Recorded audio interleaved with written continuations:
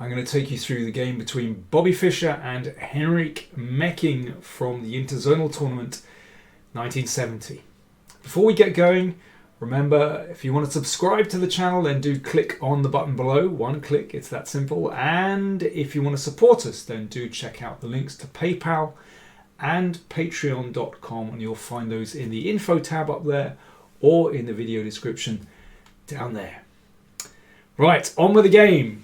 So Fischer had this incredible run of victories at the end of this interzonal tournament in order to qualify for the candidates matches in this World Championship qualification cycle. In this game, he's playing Henrik Mecking, who was a Brazilian prodigy. He was only 18 years old when this game was played and was reckoned to be a great prospect for the future and potentially a world title candidate. Never quite fulfilled his promise, but anyway, at that time, yeah, very young, very talented. So Fischer with white, and he plays b3. Well, we've seen this in a few games by Fischer in this year in 1970, and I'm sure he was influenced by Larsen, who was playing it a lot at this time. And we've seen games, for example, his game against Tugmarkov, where e5 was played and it transposed into a kind of reverse Sicilian, but Mecking takes a different route. So that after this, we get into basically a reversed queen's pawn opening, and in fact, very quickly, we transpose into a reversed Nimzo-Indian, which with black is thought to be very respectable. But with an extra tempo with white, of course, we've got this bishop out here already, then this looks very playable for white. Nevertheless, Mecking selects a very unpretentious way of playing, very solid, and it's hard to refute black's play when you're playing this solidly. And here Fischer takes steps to occupy the e5 square. So exchanges on c6 before the bishop is even pushed, and then knight e5. So it's a beautiful outpost for the knight. And now, after both sides develop, here white has a choice whether to just advance in the middle, maybe playing queen e2 and c4, or to play f4 and develop some initiative on the king side. Well, Fischer decides to play f4. So this really is a classic reversed queen's pawn opening. And I mean, white is very comfortable here, but whether you can prove an advantage is another matter. I suppose the good news is that white has the initiative, and maybe that's all you can hope for, the best you can hope for after the opening with white against a decent player. Nimzovich has actually had this position, on several occasions. So, for example, here there's a game from 1926 where his opponent played knight e8, and Nimzovich followed with e4 and had a nice position. We'll see later on. Well, there's quite a few moves on actually. We have another game of his. Knight e7 looks logical to challenge this knight on e5, to exchange some pieces to try and just kind of dampen down white's initiative. Queen g4 with obvious threats on g7. So exchange takes place. And here Mecking plays bishop f6, which is, I think, a very understandable move to perhaps exchange off this dark squared bishop. But actually g6 could well be a better move here, with the idea of potentially later on, well, you have to be careful at the moment, of course, because this pawn is on prise, but perhaps later on, maybe prefacing with queen d7, we could get in f6 to drive the bishop away, and actually it's very hard to exploit these slight weaknesses in black's pawn front there. And, one day this bishop could come into its own. That's the one that doesn't have an opponent. Bishop f6 is also okay, but I think does give white some additional possibilities. So rook f3, potentially swinging over to the king side, potentially allowing the rooks to double here.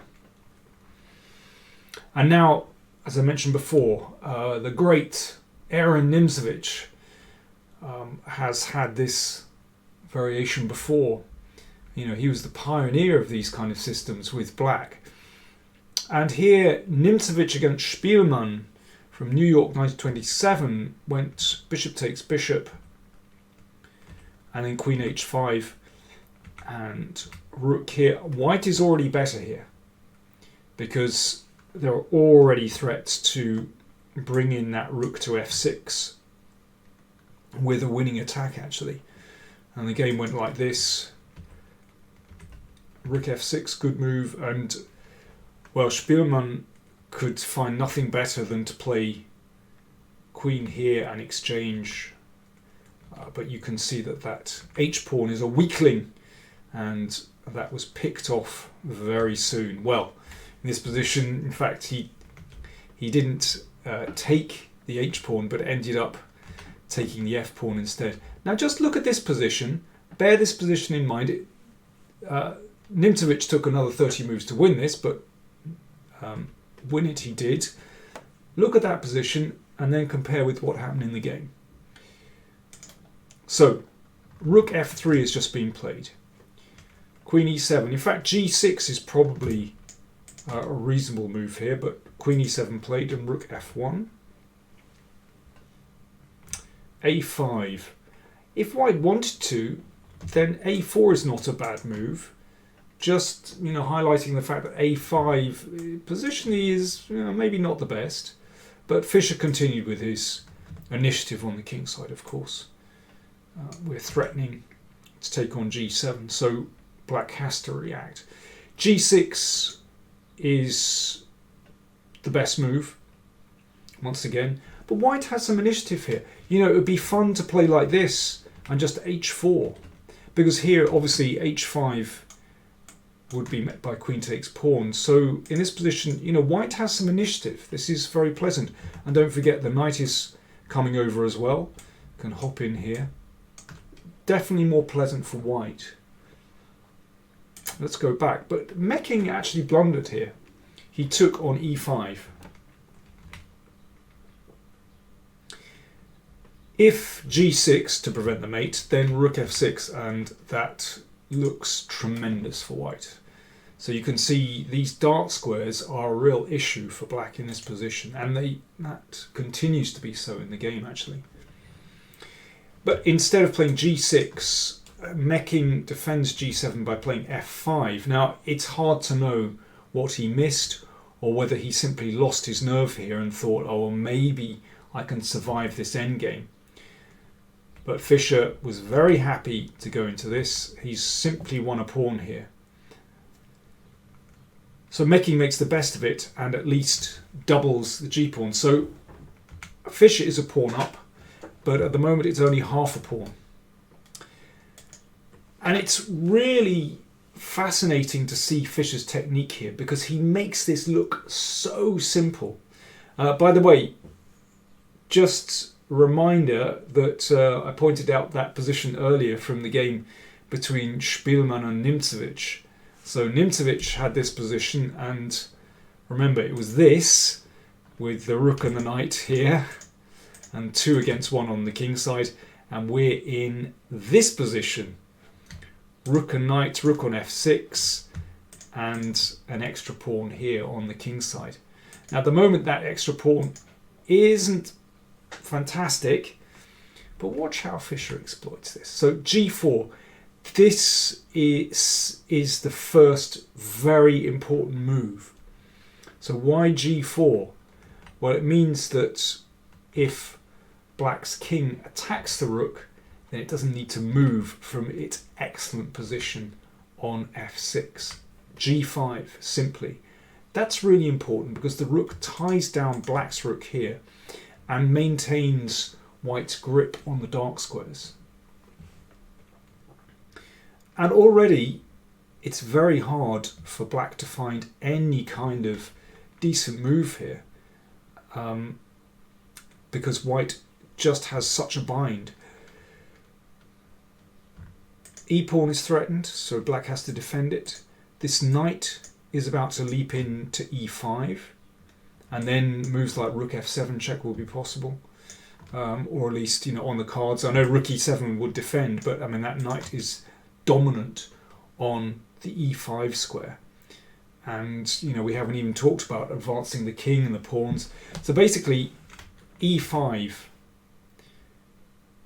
has to be played to stop the knight coming in. But that means that this rook, as we're going to see, can operate beautifully on the 6th rank. So the knight square is being taken here, so Fischer just nudges to the side and is ready to come in here. Very nice, so the bishop stops that. Now, of course, the knight could hop in, but you don't want to give up. You don't want to exchange bishop and knight. You know, notoriously, rook and pawn endgames are always drawn. Well, they're not always drawn. Of course, white still has winning chances here, but in this position, it's much better to keep these minor pieces on the board, because actually that bishop is really limited. I know many regular viewers of the channel will know I'm a big fan of bishops, but not when they look like this, because that bishop can be hassled, and this knight can dance around and hit some weaknesses in black's position. Let's see. So first of all, rook d6, excellent move, hitting the bishop. So the bishop has to make a decision. Does it come this way? But that allows the knight in, not good. Okay, it comes this way to defend the pawn. But now the rook has another possibility, which is to come to b6. So the rook has to come here. So black is still really tied up. e4, that fixes the pawn on e5, so this move becomes a possibility to attack here. But also we have the possibility of leaping in to f5 as well. Pawns exchanged. Now this position is almost Zugzwang, actually. Black is running very, very short of moves. So we have, for example, rook c7 could be met by knight f3 and then knight takes pawn. King e8. Well, we can just bring the king up slowly and then knight here. That means that if the exchange takes place, then the king can always support the pawns, blockades black's e-pawn. I mean, it looks dreadful for black. Mecking tried c4, but the pawn passes. I mean, that could be taken, but from a positional point of view, it's nice to leave that pawn on c4, actually, just blunting the bishop. I love the way that Fischer is so unhurried here. So he could plunge in with the knight, but no. First of all, king e3. Just make sure everything's protected first. Black anyway has no decent moves in this position. Rook here, and now g6. And that means after the exchange, then it won't be possible to prevent knight takes pawn check. So king here played. I mean, this doesn't improve matters at all, but black is utterly lost. And now the pawns just fall. There is nothing that black can do. But you notice that Fischer did not take the first thing going. He was happy just to maintain all the pluses, maintain the active pieces, improve the position of the king, make sure the pawn structure was intact before he went to grab more material. So finally we have this, and knight takes pawn. So now it's two pawns, and you can see they are all dropping. The bishop attacked, pawn attacked, this is still under fire. That's three pawns now.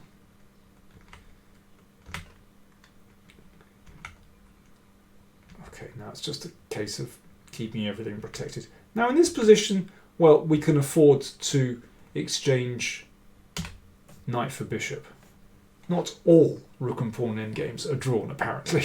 Not when you're 3 pawns up. And that is a very calm move. And that ensures that black's king is cut off. And then it'll just be a case of slowly stepping up the board with the pawns. You only need one of them supported by the king, and game over. Well, it's a very impressive victory by Fischer, and strong players make it look very easy.